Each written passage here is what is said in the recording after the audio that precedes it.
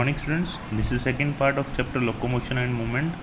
Yesterday, we have read about the type of movements and the basic thing about locomotion and movement. Our today's topic is muscle. What is a muscle? What are the types of muscle? We'll learn about all these things. Muscle is a specialized tissue of mesodermal origin. About 40 to 50% of the body weight of a human adult is contributed by muscles. They have special property like excitability, contractility, extensibility, and elasticity. Muscle have been classified under different criteria, namely location, appearance, and nature of regulation of their activity. Based on the location, three types of muscle are identified, that is skeletal, visceral, and cardiac. Muscle एक special tissue है हमारी body का जो mesodermal origin का है. Mesodermal origin का मतलब क्या है? हमारे बेसिकली बॉडी की जो पूरी बॉडी है ये 3 लेयर से बनती है, एक्टोडर्म, एंडोडर्म एंड मीजोडर्म. तो जो मीजोडर्म मिडल लेयर होती है, जब हम मतलब बहुत ही छोटे होते हैं तो मिडल लेयर जो मीजोडर्मल लेयर है उससे क्या बनते हैं हमारे मसल्स. 40 से 50% जो बॉडी वेट है ह्यूमन बॉडी का वो मसल्स का होता है. और मसल के पास स्पेशलाइज प्रॉपर्टी है एक्साइटेबिलिटी की, कॉन्ट्रैक्टिबिलिटी की, एक्सटेंसिबिलिटी एंड इलास्टिसिटी की. एंड उसी के बेसिस पे मतलब जो मसल्स हैं डिफरेंट क्राइटेरिया के बेसिस पे, लोकेशन, अपीयरेंस वगैरह के बेसिस पे अलग अलग पार्ट्स में डिवाइडेड हैं, मतलब अलग अलग तरह के क्लासीफाइड हैं. तो यहाँ पे लोकेशन के बेस पे 3 तरह के मसल हैं, skeletal, visceral and cardiac. Skeletal muscle are closely associated with the skeletal component of the body. They have stripped appearance under a microscope and hence are called striated muscles. As their activities are under the voluntary control of nervous system, they are known as voluntary muscles too. They are primarily involved in locomotion action and change of body posture. बिल्कुल जो skeletal muscles हैं हमारे, basically नाम से ही पता लग रहा है skeletal muscle. तो ये जो हमारा skeletal system है उसके साथ रिलेटेड होते हैं, उसके साथ जुड़े हुए होते हैं, तो उसके साथ अटैच होते हैं. तो अगर हम इसको माइक्रोस्कोप के अंदर देखते हैं तो इसमें स्ट्रिप्ड अपीयरेंस दिखती है, मतलब dark band, light band, black white इस तरीके से अपीयरेंस हमें दिखती है. तो इसको हम बोलते हैं स्ट्रेटेड मसल. और जो इनकी एक्टिविटीज़ हैं ये भी वॉलंटरी कंट्रोल के अंडर हैं, जो वॉलंटरी मतलब हमारी इच्छा के अकॉर्डिंग काम करते हैं, तो इसको वॉलंटरी मसल्स भी बोलते हैं. और ये लोकोमोटरी एक्शन, बॉडी के पोस्चर चेंज वगैरह करने में एसोसिएटेड हैं. जैसे कि हमारे लिम्स के मसल हो गए, हमारे हैंड के मसल हो गए. देखिए ये सारे, मैं अपना हैंड मूव कर रहा हूँ तो अपनी मर्ज़ी से मूव कर रहा हूँ, ठीक है. तो ये क्या है? वॉलंटरी ऑर्गन है. हम अपनी बाजू मूव करते हैं, लेग्स मूव करते हैं, और ये सारे वॉलंटरी मसल्स होते हैं, स्केलेटल मसल होते हैं. ओके, मतलब अगर ऐसे तो नहीं है अभी बैठे बैठे अपने आप ही हाथ पैर हिल रहे हैं, हम हिला रहे हैं तो हिल रहे हैं. अगर अपने आप हिल रहे हैं तो मतलब आपको आपके बॉडी में कोई गड़बड़ है. ओके.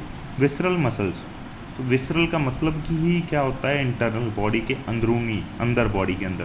तो ये हमारी जो बॉडी के इनर वॉल्स हैं, जो होलो विसरल ऑर्गन्स है उसके अंदर प्रेजेंट होते हैं, जैसे कि alimentary canal, reproductive tract. They do not exhibit any striation and smooth in appearance. तो इसको स्मूथ मसल बोलते हैं. इनके अंदर कोई ऐसी स्ट्रेशन नहीं होती, मतलब ब्लैक वाइट या इस तरह का कोई मतलब लाइट बैंड, डार्क बैंड ऐसा कुछ नहीं होता. तो इसको हम स्मूथ मसल और नॉन स्ट्रेटेड मसल भी बोलते हैं. Their activities are not under the voluntary control of the nervous system and are therefore known as involuntary muscle. तो इसको हम इनवॉलंटरी मसल भी बोलते हैं क्योंकि ये हमारी बॉडी के वॉलंटरी कंट्रोल के अंदर नहीं होता, ये अपने आप काम करते हैं. एलिमेंट्री कनाल है, देखिए रिप्रोडक्टिव ट्रैक है, ये सारे अपने आप काम करते हैं. हमारा रेस्पिरेटरी ट्रैक हो गया. अब फूड है, हमने खाया, ओके, तो हम तो मतलब जो हमारी फूड पाइप है, ईसोफेगस है, हम तो उसको मैसेज नहीं दे रहे ना, हम अपनी मर्ज़ी से तो उसको नहीं कह रहे कि तो अब तू फूड को नीचे लेके जा, पेट में लेके जा, या पेट को तो हम नहीं कह रहे कि अब तू फूड को स्मॉल इंटेस्टाइन में भेज दे. तो वो सारा अपने आप हो रहा है काम. तो that is a visceral role of visceral muscles, ठीक है. वो स्मूथ मसल वहाँ पे काम करते हैं. Their activities are not under voluntary control, therefore known as involuntary muscle. They assist, for example, in the transportation of food through the digestive tract and gamete through the genital tract. तो last one has the name suggest cardiac muscle. Cardiac जहाँ पर अब word आ गया, मतलब heart की बात हो रही है, तो ये हमारे हार्ट के मसल्स है. Many cardiac muscle cell assemble in a branching pattern to form cardiac muscle. कहते हैं जो बहुत सारे हार्ट के जो सेल्स हैं वो सारे मिलके कार्डिक मसल बनाते हैं। Based on appearance cardiac muscle are striated. Appearance की बात करें तो ये स्ट्रेटेड होते हैं, मतलब वो स्ट्रेटेड मसल की तरह। And they are involve in they are involuntary nature, लेकिन नेचर में ये इनवॉलंटरी होते हैं। Okay, as the nervous system does not control their activity directly. अब यहाँ पे हम स्केलेटल मसल को देखते हैं थोड़ा सा। Each organized skeletal muscle in our body is made up of number of muscle bundle और fascicles held together by a common collagenous connective tissue layer called fascia। ये देखिए यहाँ पे जो ये मसल बंडल है, ये एक मसल बंडल है, दूसरा, ये तीसरा, ये चौथा, ये पांचवा, इस तरीके से मसल बंडल होते हैं जिसको हम फैसिकल भी बोलते हैं। और ये सारी एक दूसरे के साथ ज्वाइन होती हैं किसके द्वारा? फैसिया के द्वारा। ये देखिए यहाँ पे जो इनके बीच में सब्सटेंस है जिससे जुड़े हुए हैं सारे, उसको बोलते हैं फैसिया। ओके, ये इसके अंदर मसल फाइबर्स हैं। मसल फाइबर को भी अगर हम ओपन करें तो ब्लड कैपिलरी है, सार्कोलेमा है। ओके, एक मसल फाइबर जो है उसको हमने सार्कोलेमा बोल दिया। Each muscle bundle contain a number of muscle fibre. Okay, each muscle fibre is lined by plasma membrane called sarcolemma. बिल्कुल, तो जो हर एक मतलब मसल फाइबर है, ये एक गोला सा दिख रहा है, एक मसल फाइबर है सिंगल, इसकी बाहर की जो कवरिंग है उसको हमने क्या बोला? सार्कोलेमा।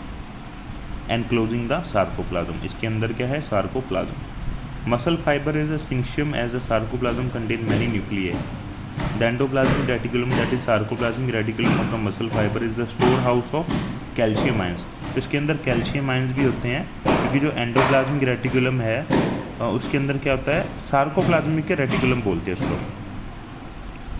तो जो एंडोप्लाज्मिक रेटिकुलम है इसका, उसको हम सार्कोप्लाज्मिक रेटिकुलम बोलते हैं। ओके, और उसके अंदर बहुत सारे कैल्शियम आयंस का भंडार होता है। एक characteristic feature of muscle fibre is the presence of large number of parallel arrange filament in the sarcoplasm called myofilaments और मायोफाइब्रिल्स। एक और बड़ी ही इंपॉर्टेंट बात है इसकी नोट करने वाली है, जो इसके अंदर जो मसल फाइबर है, एक मसल फाइबर, ये मसल फाइबर है, इसके अंदर बहुत सारे पैरेलली अरेंज फिलामेंट होते हैं सार्कोप्लाज्म के अंदर, जिसको हम मायोफिलामेंट्स और मायोफाइब्रिल्स बोल देते हैं। ये देखिए, ये सारे मायोफाइब्रिल्स हैं। Okay, each myofibril has alternate dark और light band on it. A detail study of microfibril has establish that the striated appearance is due to the distribution pattern of the two important protein actin and myosin. बिल्कुल, तो इसके अंदर और क्या होता है? Alternate dark and light band होते हैं इसके पास। ये यहाँ पे देखिए dark band, light band, dark band, light band, dark band, light band. Okay, तो इसके अंदर डार्क एंड लाइट बैंड होते हैं। और ये डार्क एंड लाइट बैंड भी ऐसे ही नहीं होते, इसका भी एक कारण होता है, क्योंकि इसके अंदर दो तरह के प्रोटीन होते हैं, एक एक्टिन प्रोटीन होता है, एक मायोसिन प्रोटीन होता है। ओके, जो लाइट बैंड होते हैं उसके अंदर होता है एक्टिन, और उसको हम आई बैंड भी बोल देते हैं और आइसोट्रॉपिक बैंड भी बोल देते हैं। और जो डार्क बैंड है उसको ए बैंड और एनाइसोट्रॉपिक भी बोल देते हैं। उसके अंदर होता है मायोसिन। ओके, लाइट के अंदर होता है एक्टिन और डार्क के अंदर होता है myosin. Both the protein are arranged as a rod like structure parallel to each other. Both the protein are arranged as a rod like structure parallel to each other and also to the longitudinal axis of the myofibril. Actin filament are thinner as compared to the myosin filament, hence the commonly called thin and thick filament. ठीक है, जो actin filament है वो thin होते हैं, myosin thick होते हैं, तो इसको हम थिन एंड थिक फिलामेंट भी बोलते हैं। In the centre of the each I band is an elastic fibre called Z line which bisected. तो जो हर एक जो आई बैंड है, जो लाइट बैंड है, ये देखिए ये लाइट बैंड है, इसके बीच में एक लाइन दिख रही है आपको, ये रही, जिसको हम बोलते हैं ये क्या है? ये इसको इंटरसेक्ट कर रही है, ये जो लाइन है इसको इंटरसेक्ट कर रही है, इसको हम जेड लाइन भी बोल देते हैं। ये देखिए यहाँ पे देखिए Z line. Okay, the thick filament in the A band are also held together in the middle of this band by thin filament membrane called M line. क्या कह रहे हैं? जो थिक फिलामेंट होती है ए बैंड के अंदर, ये देखिए ए बैंड के अंदर जो थिक फिलामेंट है उसके बीच में भी एक लाइन होती है जिसको हम बोलते हैं एम लाइन। ये यहाँ पे दिखाई नहीं हुई, इसको हम एम लाइन बोलते हैं। The A and I band are arrange alternatively throughout the length of the myofibril. तो जो ए एंड आई बैंड होते हैं throughout the length myofibril के पूरी लेंथ के अंदर ये ऐसे ही पैरेलल पड़े होते हैं, light dark dark light dark light dark light dark light, इस तरीके से पड़े होते हैं। Okay, the portion of the myofibril between two successive Z line is considered as a functional unit of contractile and is called sarcomere. तो जो दो Z line है, ये देखिए, एक ये जेड लाइन है और एक ये जेड लाइन है, इन दोनों के बीच वाला जो पोर्शन है बेसिकली इसको हम बोलते हैं सार्कोमियर। यही जो है कंट्रैक्शन करता है, यही जो है एक्टिव पोर्शन होता है। इस तरह का ये जेड लाइन है कि यहाँ पे इधर जेड लाइन होगी, इसके बीच में जो पार्ट है, इसके और आगे जेड लाइन के बीच में जो पार्ट है, ये सारा क्या है, ये देखिए सार्कोमियर। एक ये जेड लाइन है, ये जेड लाइन है, देखिए इसके बीच में क्या है, सार्कोमियर, जो मेन फंक्शनल यूनिट है होती है।